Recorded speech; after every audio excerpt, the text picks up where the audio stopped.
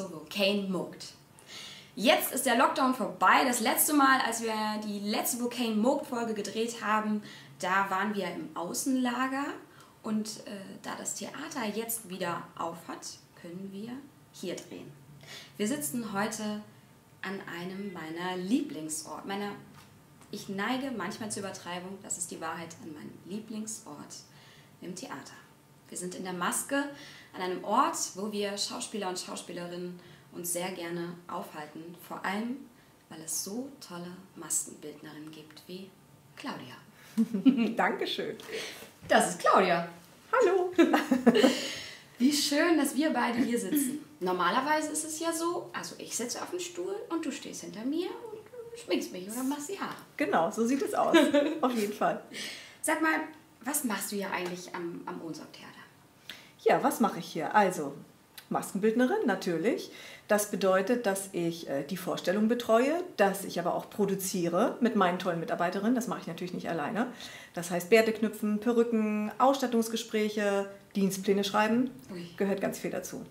Und die Schauspieler natürlich nett betreuen, Streicheleinheiten geben, wie sich das gehört. Und seit wann machst du das eigentlich? Das weiß ich gar nicht. Oh Gott, das ist eine gute Frage. Muss ich selber überlegen. Also Ohnsorg-Theater bin ich seit 2009. Das ist auch schon ganz schön lange jetzt. Das heißt, du hast den Umzug mitbekommen? Ja, habe ich. Ja. Ich war noch 2 Jahre im alten Haus an den Bleichen und bin dann rüber und das war mega aufregend, weil man kommt da hin und dann zieht direkt ein ganzes Theater um in ein anderes Theater. Das war echt ganz schön crazy, aber es hat viel Spaß gemacht. Und hast du nicht mal gesagt, dass das im alten Haus, dass die Maske noch viel, viel kleiner war, dass ihr da gar nicht so viel Raum hattet, euch zu bewegen? Genau so war es auch. Also wir hatten ein Fenster, vor dem Fenster stand mein Schreibtisch und deswegen konnte man das Fenster auch nicht richtig aufmachen. Also gut, dass es da noch kein Corona gab, wir hätten gar nicht gut lüften können, Leute. So, also von daher, ja, es war klein, es war dunkel, aber es hatte trotzdem seinen Charme. Also für mich war es ganz komisch, als wir ausgezogen sind, obwohl ich nur 2 Jahre da war. Trotzdem, es ist ein Traditionshaus gewesen an den Bleichen und ja, ich habe hier noch so ein bisschen alleine in der Maske damals gesessen und gedacht, puh, okay, ein letztes Mal in dem Raum, das war komisch. Das glaube ich. Und das hier ist so eine besonders schöne Maske. Also ich kenne nicht so viele Theatermaskenräume, aber hier bin ich so gern. Ich habe eben gerade schon mal am Eingang gesagt, dass es mir so viel bedeutet, hier zu sitzen. Für mich als Schauspielerin ist es so, ich kann natürlich nur für mich sprechen, wenn ich hier ankomme, hier sitze und hier schminkt mich, dann kann ich innerlich total ankommen, weil ich mich dadurch auf die Rolle vorbereiten kann, auf das Theater vorbereiten kann. Und das klingt vielleicht verrückt, aber ich glaube, wenn das wegfallen würde, könnte ich gar nicht spielen. Diese Verwandlung, die hier stattfindet, durch euch, die brauche ich auf jeden Fall total zum Arbeiten. Das kann ich gut verstehen, das ist auch so. Und das sagen viele Schauspieler, auch wenn das oft nur kleine Masken sind, aber dieses auch nochmal runterkommen vorher, sich nochmal betutteln lassen, nochmal warme Hände auf die Schultern kriegen, sagen, schöne Vorstellungen und so. Das ist ganz, ganz wichtig. Und das gibt auch ein Gefühl von Sicherheit, ne? Weil wir betreuen ja auch die Vorstellung. Es ist ja nicht so, dass wir, Vorstellung läuft, okay, tschüss, ich gehe nach Hause, trinke meinen Roséwein, sondern wir gehen ja dann noch unten auf die Bühne, wir haben Umzüge, manchmal auch ganz schnelle. Ja. Ne? Und manchmal klappt es auch nicht. Du musstest du auch gerade dran denken. Hatten wir jetzt gerade bei Rita, ne? Oh, und ich kam nicht rauf. Ja, da ist, der Dödel hat sich aufgelöst, so sieht es aus. Und das, obwohl die Chefin dran war. Das hier ist der Dödel übrigens. Das war lustig. Und apropos schneller Umzug, mir fällt eine Geschichte ein. Ich glaube, das war Soul Kitchen. Oh. Ich glaube, das ist der schnellste Umzug in der Theatergeschichte. War das so nicht ist so? Es, so ist es. Ja. Also ich habe das Textbuch gelesen von Soul Kitchen und da stand vom Regisseur eine ganz süße Anmerkung dran. Der schnellste Umzug ever, den es jemals auf der Theaterbühne gegeben hat. Oh Gott. Und das war wirklich so. Wir haben einen ganz, ganz schnellen Umzug gemacht. Unsere Schauspielerin hatte ganz lange Haare, wirklich fast bis zum Pöker. Die mussten wir ganz schnell hochnudeln, eine Perücke aufsetzen, die ganz fest sein musste, weil sie war an einer, wie heißt das, Pole Dance? An der Pole Dance Stange und hat da wunderbare Bewegungen gemacht. Ja, das war, jedes Mal habe ich Blut und Wasser geschwitzt, auch nach ganz vielen Jahren Routine, dass das klappt. Aber es hat immer geklappt. Ja, krass. Ja, was für eine Verantwortung, ne? Also, dass der ganze Bums dann so zusammenhält. Wie kam es denn eigentlich dazu, dass du dich irgendwann mal entschieden hast, ich möchte Maskenbildnerin sein? Das ist irgendwie so mein Traumjob. Ist ja schon eine Berufung auf jeden Fall. Auf jeden Fall. Du machst das ja jetzt nicht einfach so und denkst, ja, ich gehe mal so zur Arbeit. Dir macht das ja schon lange ordentlich Spaß. Ja, auf jeden Fall. Ja, also ich würde sagen, ich bin ein bisschen Theaterkind, weil meine Mutter im Theater gearbeitet hat und die hat mich zu allem und jedem mitgenommen. Ob das Märchen war, natürlich, ich war noch klein, ob das Musical war, ich habe auch mit 10 schon Besuch der alten Dame geguckt und fand das mega und alte Shakespeare-Klopper fand ich mega. Und hinter der Bühne in der Maske, das war für mich immer was ganz Besonderes. Ich mochte schon immer den Geruch der Schwämmchen, der Schminke, das fand ich immer ganz, ganz toll. Ja, und dann war das für mich sowieso immer klar, Theater muss sein. Und da ich mich früher selbst auch gerne geschminkt habe, ich war so ein bisschen in der Gothic-Szene unterwegs, da sah ich ganz verwegen aus, lag das eigentlich nahe. Schminken, Handwerk hat mir auch schon immer gelegen. Ja, und so ist das gekommen. Und dann ging das auch ruckzuck. Friseurausbildung, zack, zack und dann ans Theater. Und wieso und warum das Ohnsorg-Theater? Wie bist du denn hierher gekommen? Ja, ich habe meine Ausbildung gemacht in Hamburg an der Staatsoper. Wunderschönes Haus, ein großes Haus. Hat mir viel Spaß gemacht und war nach der Ausbildung auch noch 3 Jahre da, fest angestellt. Zum einen wollte ich mich verändern. Ich wollte gerne ein kleineres Haus, wo man enger mit den Abteilungen arbeitet. Die Oper ist wahnsinnig groß, da grüßt man Leute, wo man teilweise immer noch nicht weiß, wo arbeiten die eigentlich, was machen die. Das hat mich sehr gereizt am Ohnsorg-Theater und auch, dass du jedes Fach betreuen kannst, Männer und Frauen. An der Oper ist das so ein bisschen getrennt. Ich habe da am Damensolo gearbeitet. Gut, ich habe die Traviatas gemacht und die Bohems, das war toll. Und die Musik war wunderschön. Aber das habe ich so ein bisschen vermisst. Ich wollte es ein bisschen kleiner und familiärer haben.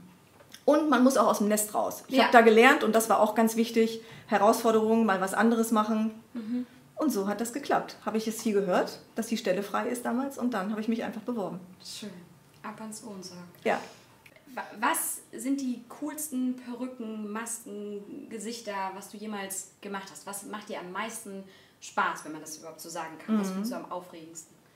Also am aufregendsten finde ich immer noch historische Sachen. Ja. Also ich frisiere unheimlich gerne. Also meine Lieblingsepoche ist Renaissance. Deswegen, ich möchte unbedingt nochmal, wir werden es wahrscheinlich im Ohnsorg nie machen. Ich würde gerne von Schiller mal Maria Stuart machen, aber ist auf Platt kommt das vielleicht nicht so gut. Das mache ich total gerne. Und ansonsten auch große Ausstattung, aber auch hier am Ohnsorg zum Beispiel. Ich erinnere mich an die Spanische Fliege. Da haben wir eine ganz tolle große Ausstattung gehabt. Damals noch mit Volker Bohne, der leider verstorben ist. Dann auch hier Romeo und Julia. Oh ja. Oh, wow. Zirkusschminken. Oh mein Gott, da geht das Herz auf. Ja. Jeder Maskenbildner freut sich. Das hat so viel Spaß gemacht. Diese Gesichter, diese Haare, diese Kostüme. Ja. Toll. Also, da musst du uns, glaube ich, auch gleich mal ein paar Perücken zeigen. Ja, natürlich. Mache ich auf jeden Fall. Gerne, gerne. Also, als allererstes zeige ich dir mal eine handgeknüpfte Perücke, wie die entsteht. Und hier kann man sehen, dass jedes einzelne Haar einzeln in den Tüll geknüpft wird. Das jedes einzelne? Jedes einzelne Haar. Das ist also richtig, richtig viel Arbeit. Das ist viel Arbeit. Und so wird die ganze Perücke vom Nacken bis zur Haube bis zum Ansatz geknüpft. Wahnsinn. Mit Echthaar. Mit echtem Haar. Und das dauert also so 50 Stunden, sagt man. 50 Stunden? Das ist richtig viel Arbeit. Ich glaube, das wissen viele Menschen nicht. Nein, also ich wusste das auch lange nicht. Deswegen mach mal schnell mal eine Perücke, das ist nicht so einfach. Ist die morgen fertig? Ja, genau. Also morgen in einem Jahr. Genau. Wahnsinn. Ja, aber so ist das. Ja. Und wie sitzt du denn hier oder stehst du, wenn du die Perücke machst? Meistens versuche ich mich mit dem Rücken anzulehnen und dann mache ich mir ein dickes Kissen auf den Schoß, lege mir den Kopf drauf und knüpfe, damit ich nicht in so eine krumme Haltung komme. Weil das ist, man kann nicht mehr so... der Lack ist ein bisschen ab. Es geht nicht mehr ganz so wie früher. Ne? Also so nach 2 Stunden Knüpfen sagen Schulter und Nacken. Merkt das ja. Frau Rubbelt, hören Sie jetzt bitte mal auf, nicht? Das langt. Ja, das langt jetzt für heute. Cool, ja, vielen Dank. Ja. Wahnsinn, dass das so viel Arbeit ist. Ja, auf jeden Fall. Was hast du hier noch für Schätze für uns? Ich zeige dir mal meine Lieblingsschublade. Möchtest du die mal sehen? Ja, bitte. Haha. Hier so? Da. Ist es nicht ein Traum? Bärte in allen Formationen. Guck mal, wir haben hier den Dalí-Bart. Na, wir haben hier so ein bisschen... Nee, einen Walrossschnauzer haben wir hier gar nicht. Ach doch, das ist ein Walrossschnauzer. Ein Walross, naja, das ist eher ein Hinternbärtchen. Ja. Das war ja. Cool, Wahnsinn. Na? Vielen Dank. Und kannst du mir noch ein paar Perücken zeigen? Ja, also wir haben hier in der Maske auch unseren Fundus. Kommen Sie mal hinterher, so groß ist es ja hier nicht. Hier sind unsere ganzen Köpfe und Perücken und Echthaarteile und was es auch alles so gibt, was das Maskenbildner jetzt begehrt. Hier zum Beispiel hatten wir gerade im Märchen des Kaisers neue Kleider für Erki Hopf als Kaiser. Eine Allonge-Perücke wurde zur Zeit Ludwig XIV. In Frankreich getragen, der Sonnenkönig, also eine Barockperücke. Büffelhaar kein echtes Menschenhaar, das ist Büffelhaar. Büffelhaar? Das ist Büffelhaar. Darf ich mal anfassen? Ja, bitte. Vom Schwanz. Vom Schwanz? Vom Schwanz. Natürlich. Ach ja, das merkt man. Ist ein bisschen borstiger. Es ist ein bisschen borstiger. Genau, genau. Und hier haben wir zum Beispiel, auch das ist Erki gewesen, das ist eine Echthaarperücke tatsächlich. Das ist auch eine lustige, die haben wir dann grün eingefärbt. Ja. Oder hier haben wir auch Büffelhaar nochmal. Das war, was war das? Aladdin und die Wunderlampe. Das war Markus Gillig als Djinn. Der Djinn. Ja.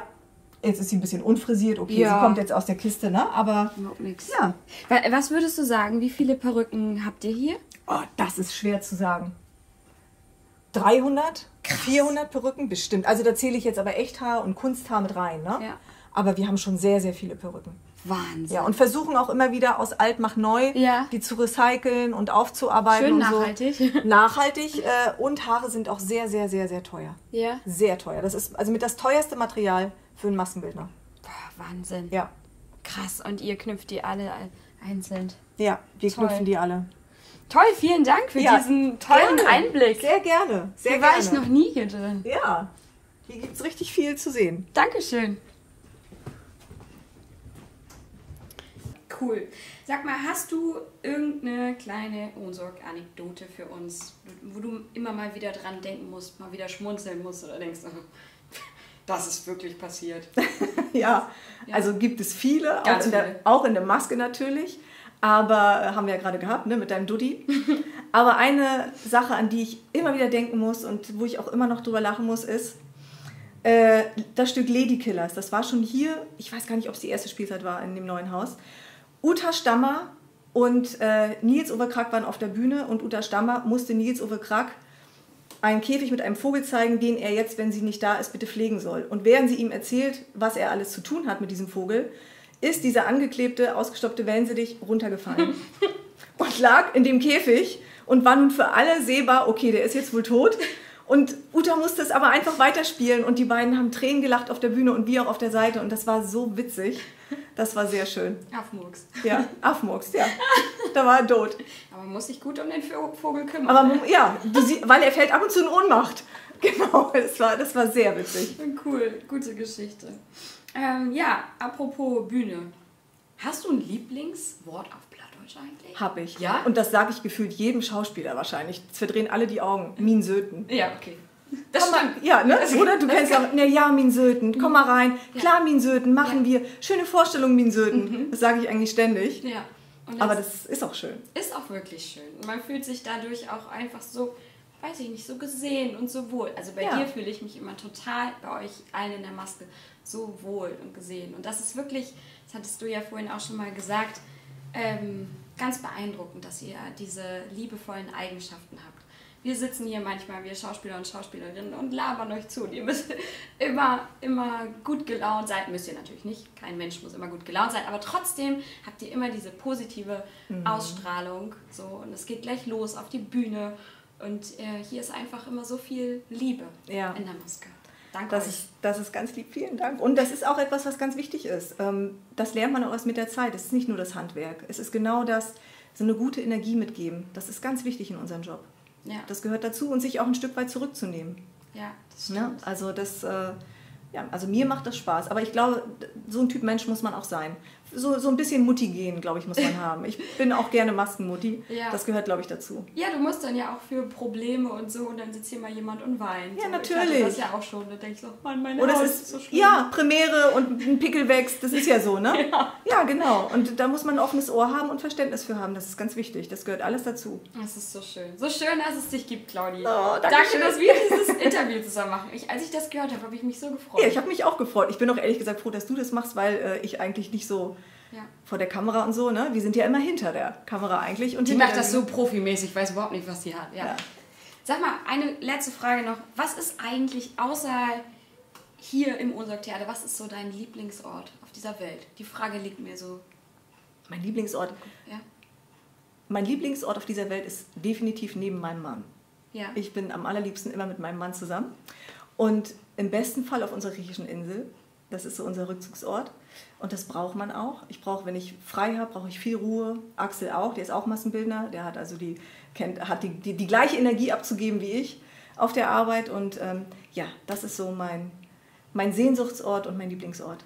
Ganz klar. Griechenland mit meinem Mann vielleicht noch ein Roséweinchen, dann ist die Welt perfekt. Schön. Und da könnt ihr gut runterfahren. Auf jeden Fall. Schön. Auf jeden Fall. Danke, Claudi, dass du so viel mit uns geteilt hast. Gerne, sehr gerne. Ich danke euch. Ich freue mich, wenn ich das mal an den Mann bringen kann, was wir so machen. Das ist schön. Vielen Dank euch fürs Zuschauen. Das war echt schön, dass wir hier einmal Claudia besuchen durften in der Maske. Bis zum nächsten Mal. Ciao. Tschüss.